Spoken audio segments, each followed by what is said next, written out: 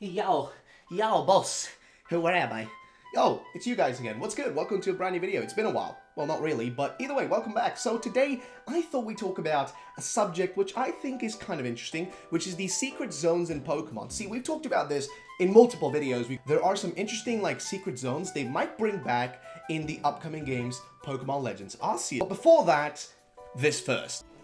Alright, so Pokemon secrets are cool and all, but did you also know that we all have secrets? You do too, I know you do. So that's why you gotta keep those secrets safe. Now, how do you keep them safe? Well, by using Surfshark, today's sponsor. Yes, Surfshark came through with a fantastic offer where you guys can get 83% off. Yes, 83% off on a 2-year plan with an additional 3 months extra for free using our special code on the screen right now. So definitely do it. I mean, hey, it's a great deal in my opinion. What is Surfshark? Well, it's a VPN that can help you stay safe while browsing the internet, keeping those pesky IPS people who, provide you the internet from seeing what you are searching. I know you're looking for some weird stuff, but it's fine, it's okay, you can do that. But not just that. Surfshark is really also useful if you want to get rid of region-locked content. So for example, on Netflix, if you want to watch Fantastic Beasts, which I've been wanting to watch as I've been trying to catch up with the Harry Potter series, basically, it's not available for me, so what do? Well, we connect to India, where the movies are available. So definitely go do that. So once again, a massive thank you to Surfshark for sponsoring this video. You guys can use our custom link, Rowlet, or the link in the description, and get yourself that 2-year plan, 83% off, with 3 extra free months. It is just beautiful. Either way, let's get into the rest of the video. Sinnoh Ruins. They are probably the most mysterious and odd place in all of Pokemon, situated between the Johto and Sinnoh region, technically speaking. This event, located in Heart of 4, Heart Gold, and Soul Silver, allows the players to get a Palkia, Dialga, or Arceus added to their party. However, the greatest thing about this event is actually what's surrounding it, which is the lore that comes with it. Like the fact that you get to run into Cynthia and then enter these ruins with her, where Arceus essentially does some voodoo stuff, and things just get kind of crazy, to be honest, with flashing images from Google search and even weirder things going on. And it would only make sense if in Legends Arceus they decided to explain this place. I mean, it has to be included since it is the Sinnoh Ruins, the ruins between Sinnoh and Johto.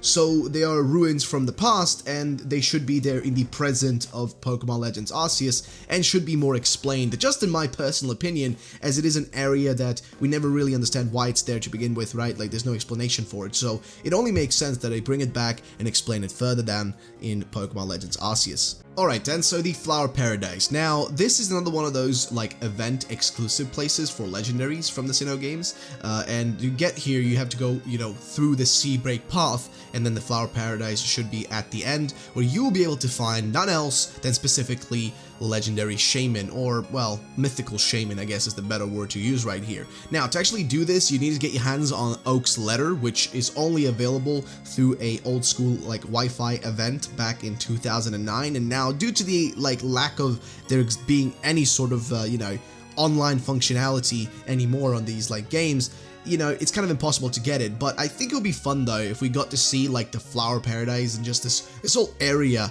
back in the original state it was back in the day, and then still be able to find shaman around here just skipping around. Actually, maybe even more shaman, multiple shaman, because maybe there used to be more of them than a singular one back in the day. So I think this is definitely one of those locations that needs to show up.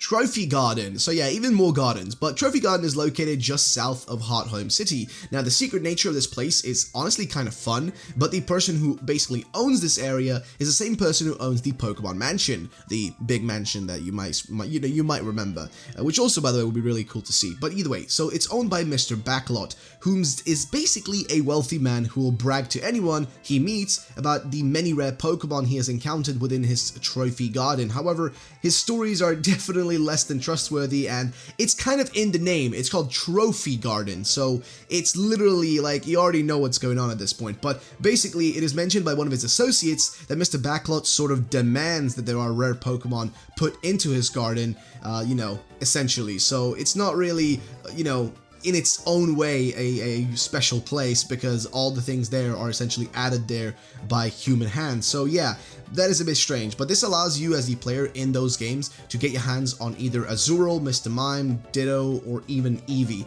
And this is all by simply talking to Mr. Backlot every day. So then I'm wondering, if this place was to show up, it would be really fun as an Easter egg where we could find some of these Pokemon in this place, even though Mr. Backlot is yet to exist. Like, maybe like as an Easter egg, right? Like, oh, here's this like weird area that kind of looks like the Trophy Garden, and there might be some of these Pokemon here, even though they technically shouldn't be here. I don't know why, but I feel like it would be a fun thing. Now, of course, a bit lore breaking, but otherwise fun. New Moon Island, probably one of the coolest places in all of Pokemon to visit because it's basically difficult to actually gain access to this place, and because it hosts as the home of the mythical Pokemon Darkrai, and this can only be accessed in Pokemon Platinum using the event item, which is the member card. Now you basically get yourself the member card, which can only be gotten through like a limited Wi-Fi event from 2009 as well. The same thing as we had with Shaman. It's kind of in a similar, way is what it works. But besides that, right, once you got the member card, you go specifically and talk to a man who will make you fall asleep, and then all of a sudden you'll be on New Moon Island. And in basically this whole area is inaccessible to players nowadays, again, due to the shutdown of the Nintendo DS Wi-Fi services. Now, those who were actually lucky enough, though, to obtain a member card could then sail to New Moon Island from Canalave City to capture their own Darkrai back in the day. However, I think that now that we are going to most likely have a fully open world in Legends Arceus, that it only makes sense we should be allowed to essentially surf around and perhaps find New Moon Island hidden somewhere out there in the distant oceans around Sinnoh. And even Full Moon Island would be cool to see, which has the Pokemon Cresselia on it, and I think should be available as well for us to visit and explore. So the Send-Off Spring. So yeah, the Send-Off Spring, or the Spring Path that's also there, is a short path with no Pokemon present on it, technically speaking, and it's only really accessible off of Route 214. However, until you defeat the Elite Four in Diamond and Pearl and in Platinum, it is basically, you gain access to this whole place after you, as the player, exit inside of like, where the Send-Off Spring is, which is close to the Distortion World. So once you exit the Distortion World, you will get out in this area. Now this is essentially the sort of like fourth lake of Sinnoh, which was always sort of hidden. And when you think about it, this place being essentially like hidden and all that, and being the entrance into the Turnback Cave, which is where like the banished Giratina is located and forgotten, it only makes sense then that this like area would have kind of this forgotten history where no one even knows that it is the fourth lake of Sinnoh.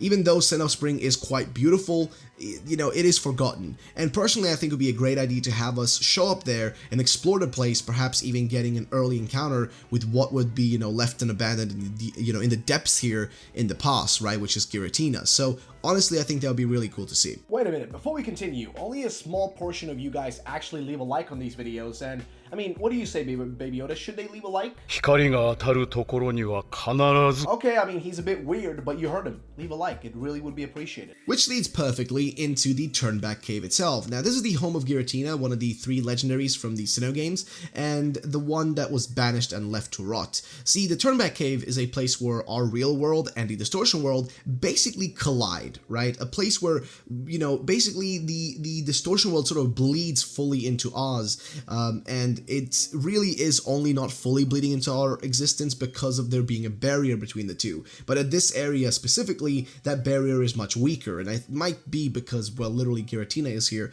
causing that. However, this whole place lets you as the player and Giratina travel between the 2 planes of existence, and I really don't see why this wouldn't be included. I mean, all the mysteries and strange things that we might be able to explore and find here only warrants its inclusion in Legends Arceus, which is a game that seems to be going more along that path of like mysteries and, strange encounters. The Rock Peak Ruins are probably some of the most forgotten places in all of Sinnoh, and specifically the hidden zones, right? And the least amount of people have actually visited them. See, these are the 3 unknown areas of the Sinnoh map, where inside you're able to get your hands on, well, specifically in the Rock Peak Ruins, a Regirock. Yeah, this event was recently actually recreated in Pokemon Crown Tundra DLC for Pokemon Sword and Shield, and guess what? I would love to see these ruins again and what they were like back in the day, like in the past. And I really just want to have like more Regis on my team, to be honest. But yeah, the Rock Peak Ruins in particular host Regirock and require you to have an event Regigigas to unlock the ruins. Then you have the other ruins, for example, the Iceberg Ruins, hosting as home for Regice with a special